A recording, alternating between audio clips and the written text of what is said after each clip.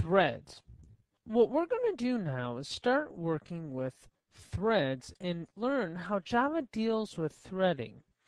And I'm not talking about needle and thread, trying to sew. I'm talking about process threads and how applications execute. Well, if you're not exactly sure what a thread is, don't worry, I'm going to show you. That's the first thing we're going to talk about is threading, because creating separate threads for our programs to execute in makes them extremely efficient to run. Then we'll talk about the API about threading. Specifically, we'll take a look at the classes and interfaces that we're going to use when working with threads. So remember, we've been working with classes for a while, and I've already taught you a little bit about interfaces. So we're going to start applying what we've learned about interfaces in this particular CBT nugget. Then I'm going to talk to you about a couple of critical methods that you use a lot with threading.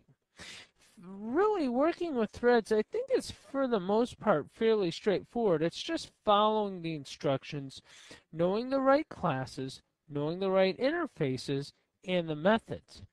Then finally what we're going to do is we're going to create and work with threads. And then we're going to create our own little threading example there too.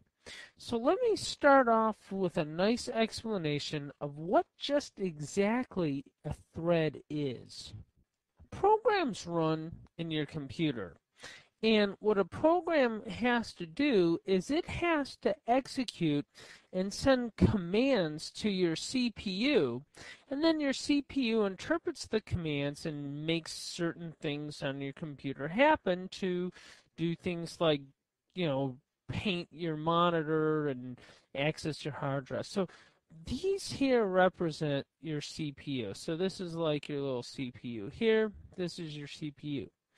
Now, in a world where we are single-threaded, we can only send one string or one stream of commands to the CPU. And you'll notice that they just kind of follow each other and they execute in a linear order. So this here would be considered a string of commands. This green line here, let's say this green line was, download something. So from here to here, I'm downloading. And then this red line here, this next red line here, let's say this was copy something, okay?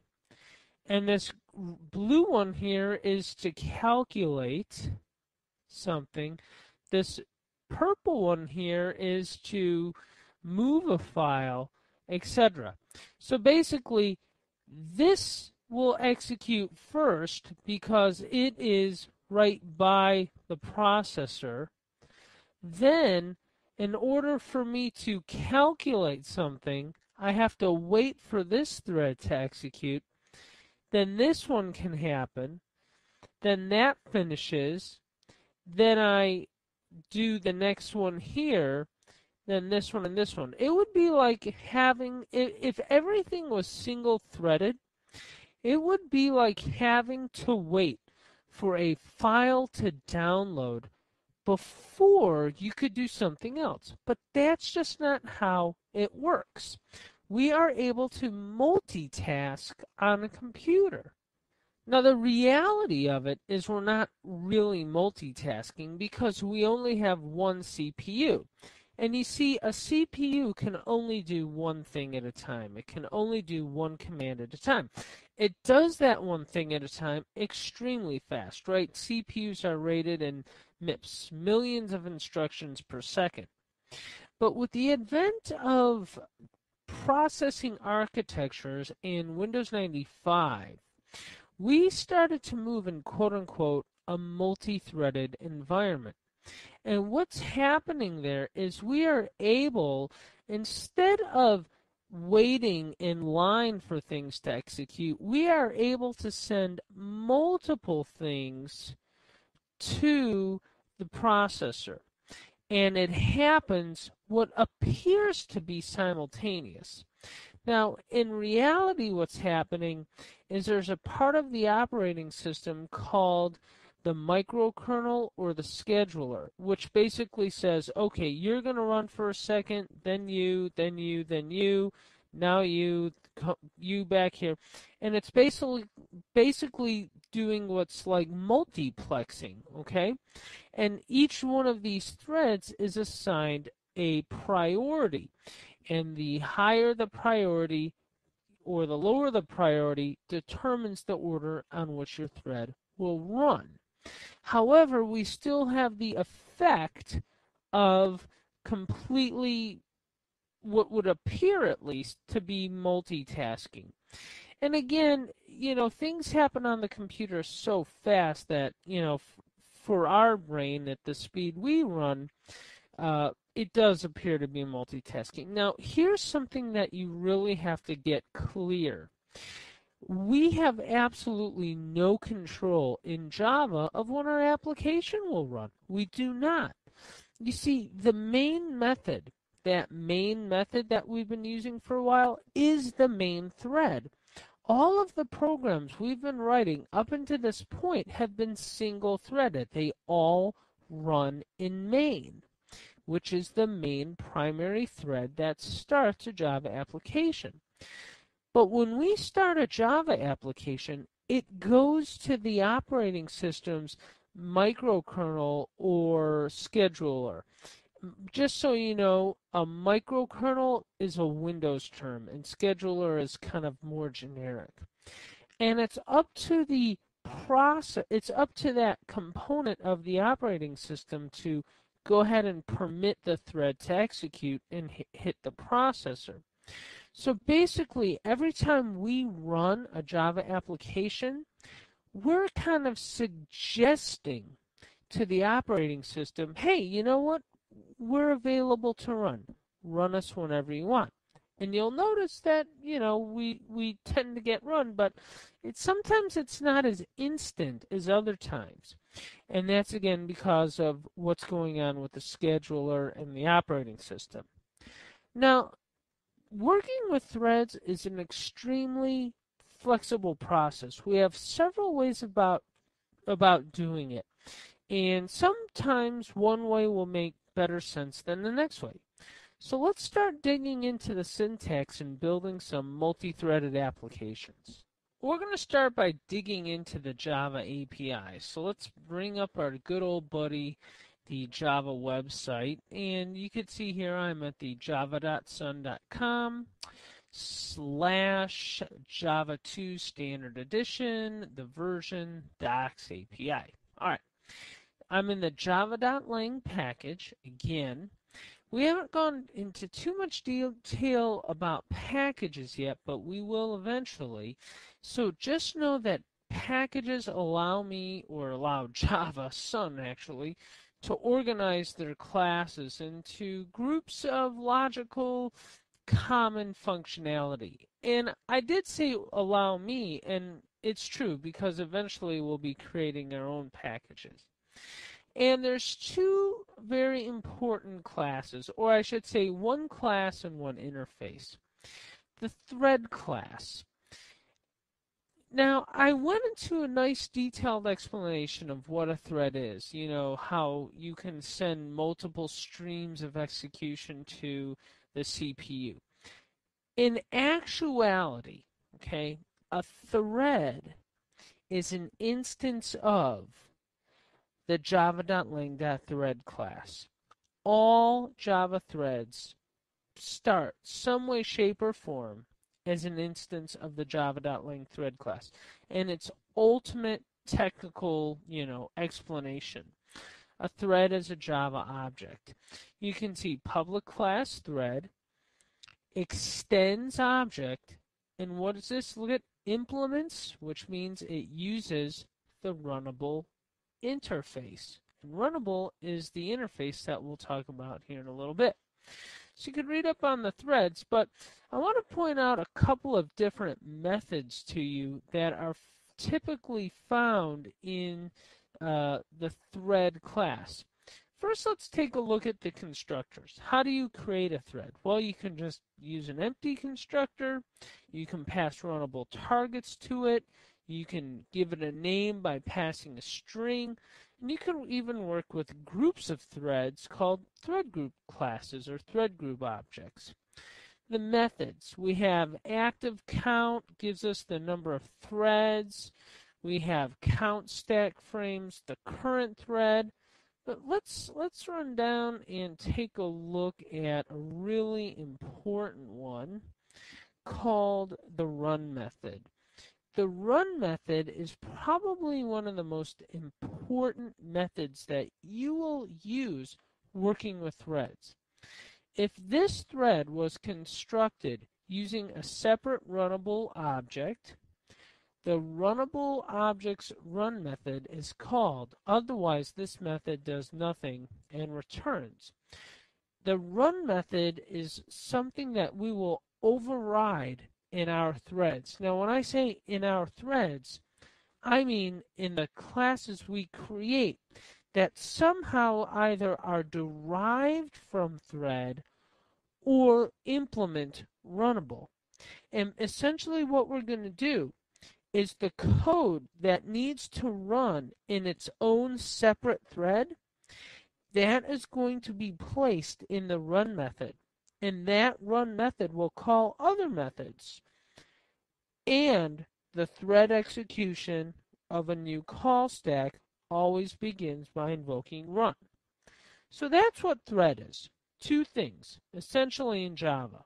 It's either creating a class that inherits or extends from java.lang.thread, or it's a class that implements runnable. So now that we've kind of tried that, let's go ahead and take a look at some basic examples.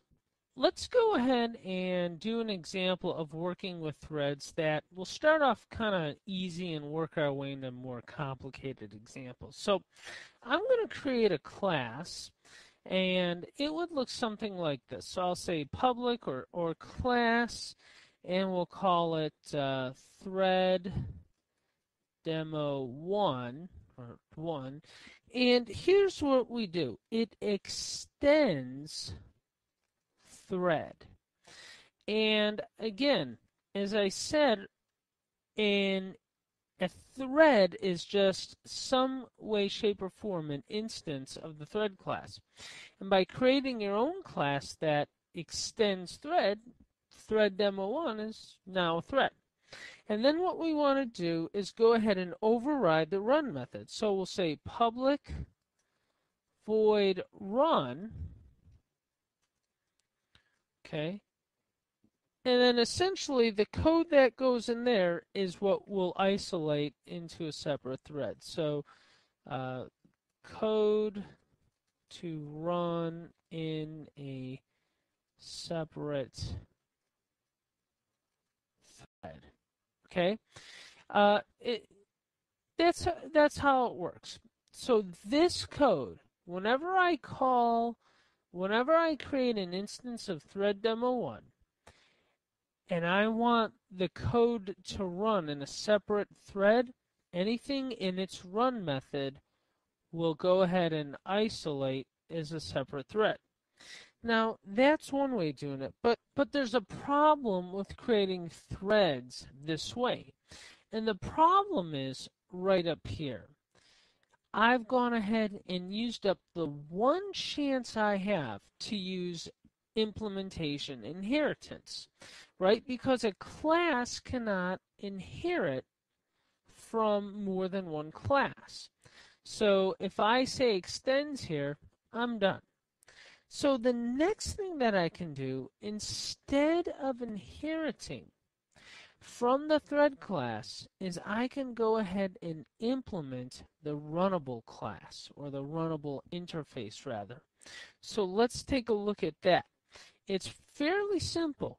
I'm going to still override the run method. Okay, so I'm going to leave public void run in there, but instead of saying extends thread, I'm going to say, whoops, got a little too overzealous with the backspace key there. I'm going to say implements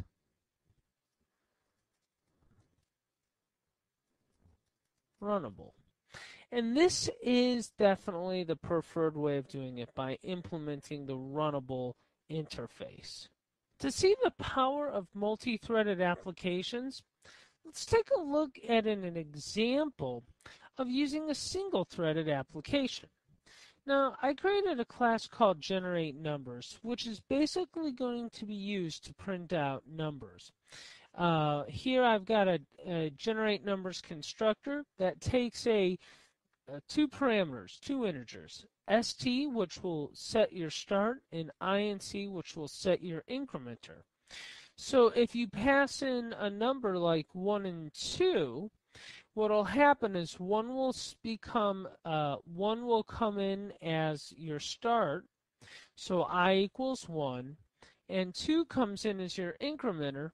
So you'll see that here what's going to happen, I equals 1, we set j equal to 0, we're going to just increment j plus 1, and then we're going to take our incrementer and set it to I. So I is 1, then it's 3, then it's 5. So basically, if you pass 1 and 2 here, it will be odd. If you pass 2 and 2 here, it'll be even, because what will happen is I will be 2, and you'll be plus equaling it, or reassigning and adding by 2, so it'll be 2, 4, 6, 8, etc.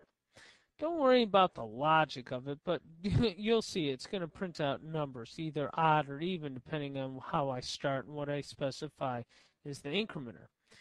Here's where the real lack of power comes in, I should say. You see, I instantiate two instances of it. The top one to print out odds, and the bottom one to print out even. Now, I've got my own print method here that I've gone ahead and used.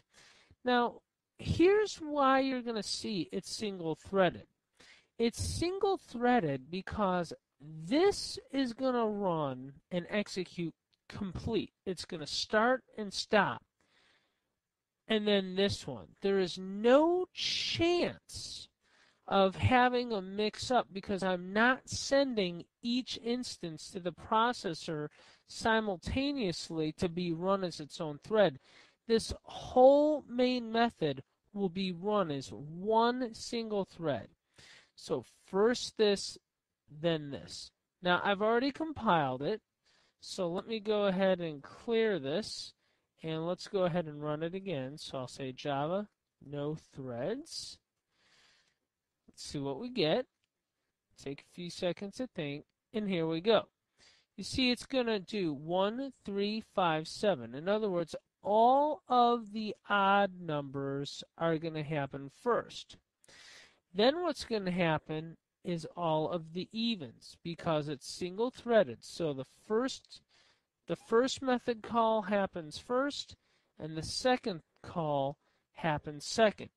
So now what I'd like to do is actually go ahead and start making this into a multi-threaded application, and we'll start seeing how this is going to behave.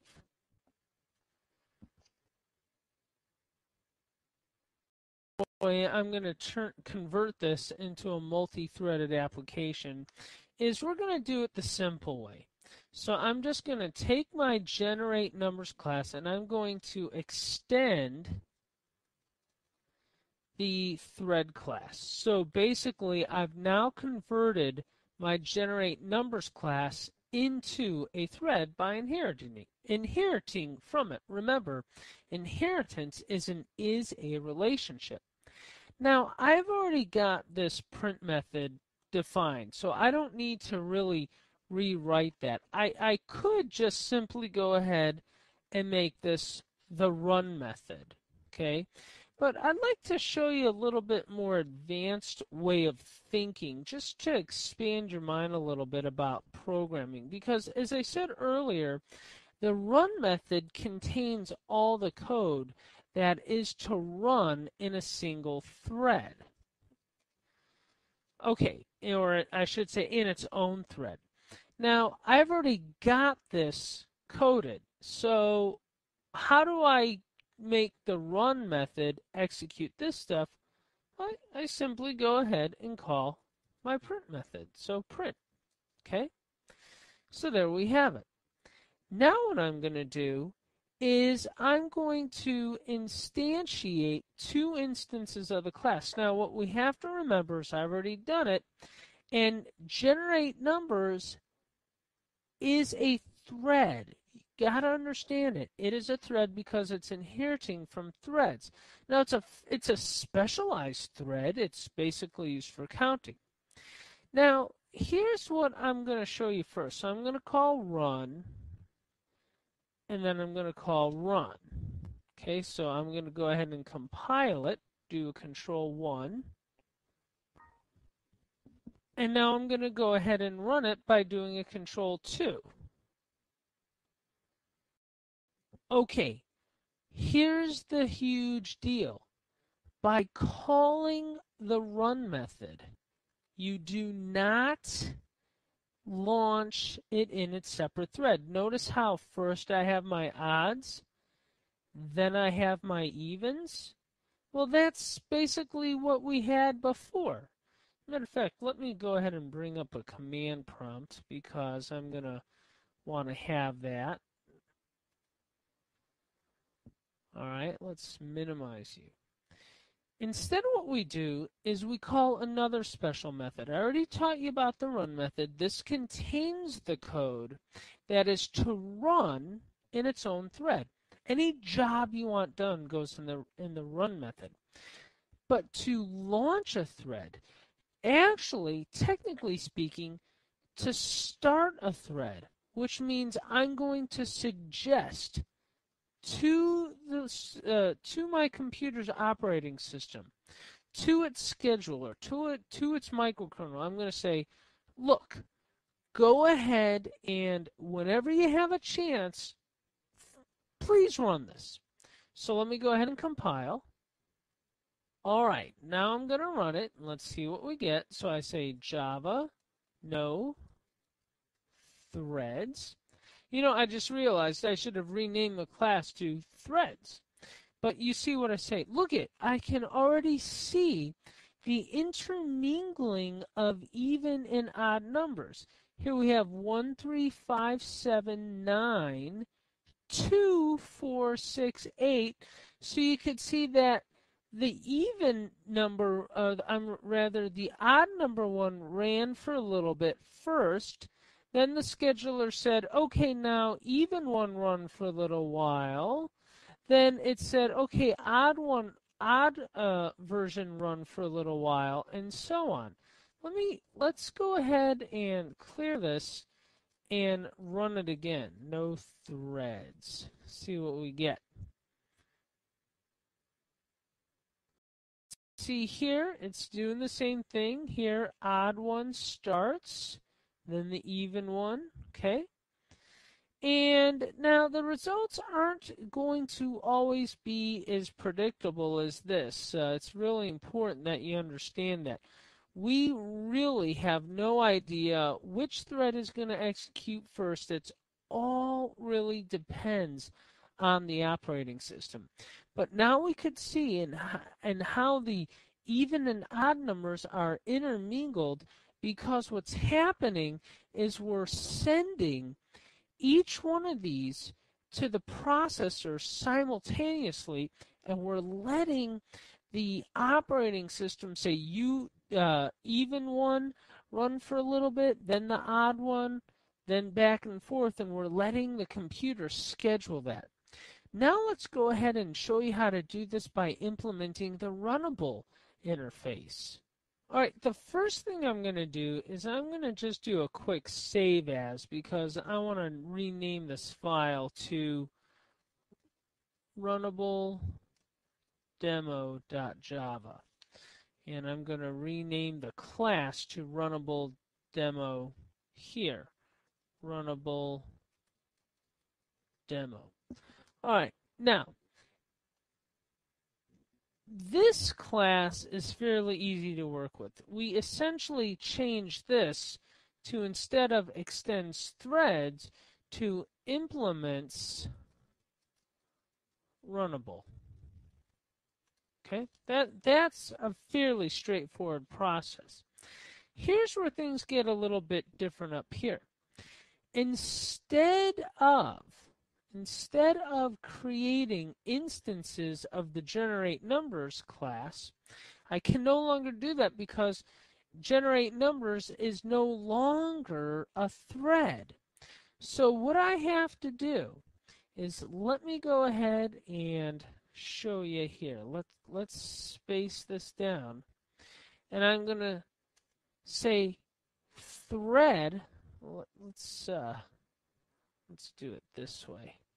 Because I'm going to keep the two instances that I have. So I essentially created those two instances, and I create a thread T1, that's my first thread, and it's going to equal a new thread, and what I get to pass to it is an object that I want to run in its own thread, okay? And then thread 2, or T2, is a new thread, okay? And I pass into it the second object that I want to run in its own thread. Now I do a T1.start and a T2.start.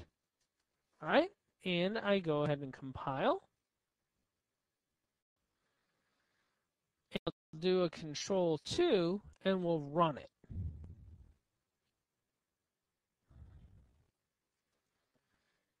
And here you can see we have the nice intermingling of here's our odds, little even, a little odd, and we get back to the evens.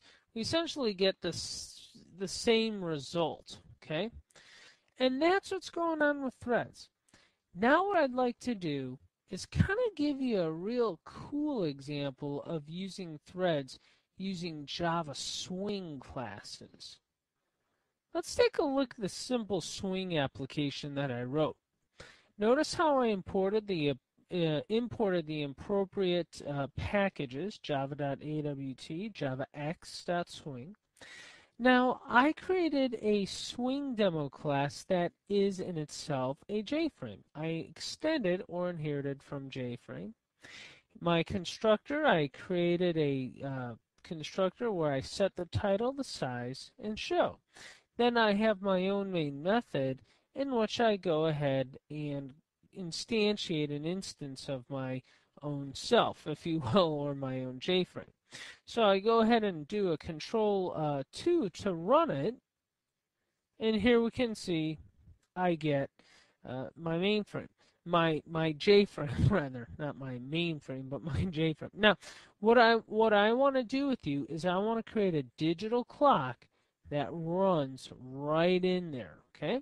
So let's go ahead and close this out. Now, remember, we haven't gone over event handling, so we're not ready to go ahead and employ that within our class, within our JFrame. All right, so I went ahead and modified the original swingdemo.java file. Here I added two more packages because I'm going to use the java.util.date class and the java.text.date format class that we already talked about a while back ago. Don't worry about anything going on up there yet. Let's take a look and see what I did. I created a class down below this, this class that you already saw, the swing demo class, and it's called digital clock.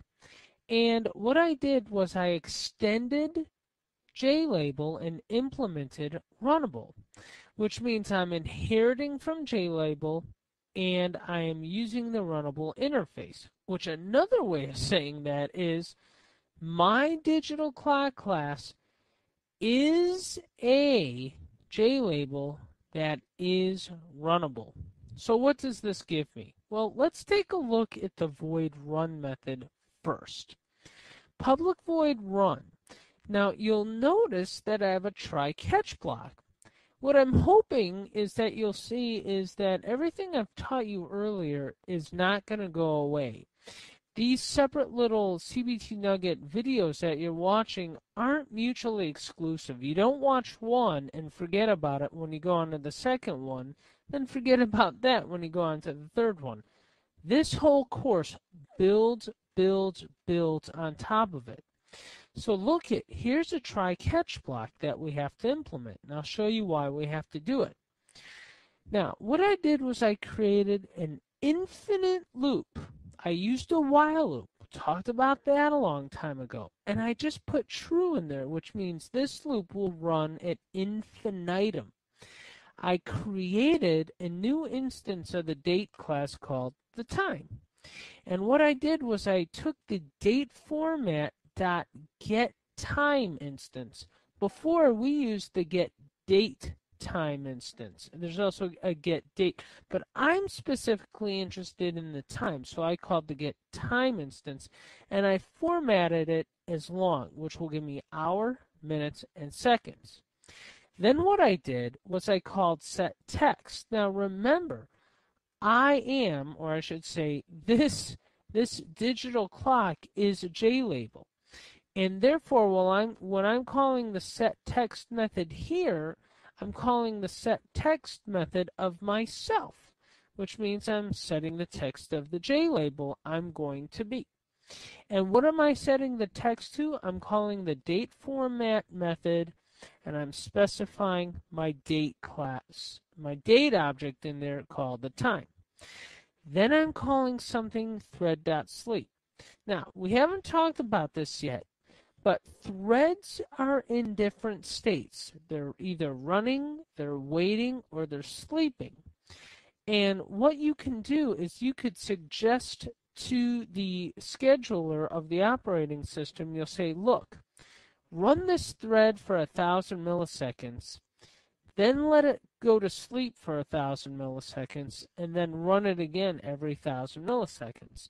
And if you don't know, 1,000 milliseconds is 1 second. So basically, what I'm doing every second is I'm creating a new instance of the time class, and I am going ahead and I'm formatting it, and I'm setting the text of a label, and I'm doing it every 1,000 seconds. Now, thread.sleep, if we look it up in the Java API, just trust me on this, throws the interrupted exception.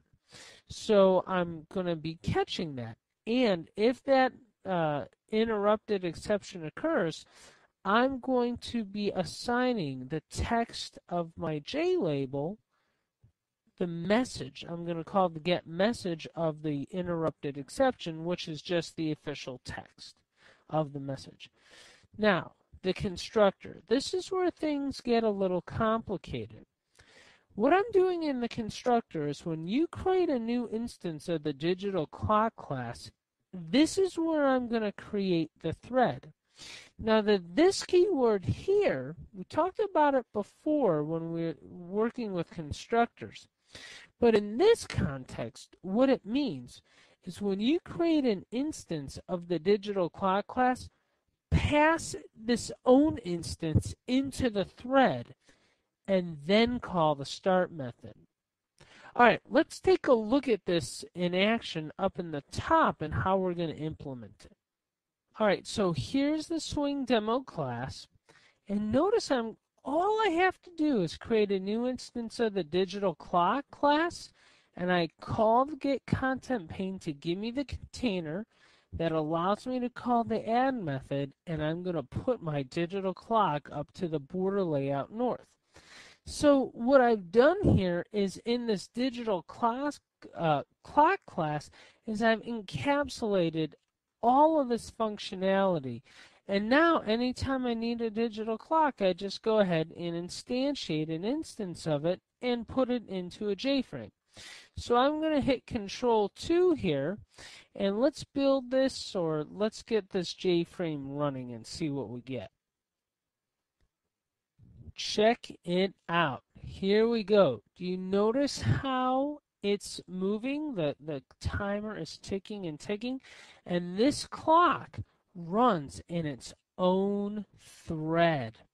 And that's why I'm able to have it just continuously run and go ahead and update the time. And we'll reuse this component later on.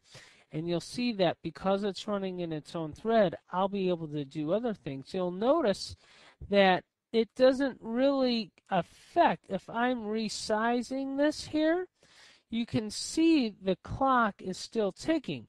Now, sometimes you'll see that it's slower. And sometimes what you can do is kind of speed up your mouse a little bit and get the processor running. And did you see how it skipped to 2? If I let me move my mouse around and around and around. Notice how it's still holding on to 2. I stop and boom, it jumped to 18. Why did that happen? Because, and I did that to demonstrate a very critical factor. As I said earlier, we have no control of when our threads run. All we do is we suggest to the operating system to run the thread or to pause it for 1,000 milliseconds. But if the operating system is busy with higher priority threads than our lower priority threads, they just wait until there's room for us to run. That's an important thing. For example, have you ever noticed that when your computer crashes, your mouse still works? Well, because the mouse, the code that executes the mouse runs at an extremely high priority, almost at the priority of the operating system, because Microsoft says, well, we're a mouse-driven operating system, and if there's ever a crash, that mouse needs to work. Now, and you know that when your mouse freezes, you basically have to just do the old, reboot the computer kind of a thing. The same principle applies here. In threads, we took a look at how Java allows us to do multi-threaded applications. We defined what a thread is, how it allows us to send several requests to a processor at one time, so we could do things like run a digital clock and download a program at the same time. We took a look at the classes and interfaces used with working with threads, namely the thread class and the runnable interface. And we took a look at two important methods. The run method contains all the code that will run in its own thread. The start method is used to start the thread, or I should be more correctly in saying it suggests to the CPU, or rather it suggests to the operating system, hey, go ahead and start. Then we did a couple of different examples with threads. First, I created you a non-threaded application with those even and odd numbers, how it first ran the odds, then the even. Then I started doing some different things with threads, and you saw how it ran a little odd, then a little even, then a little odd, and then I gave you kind of a real-world application on creating a GUI application using a digital clock. I hope you have found this informative, and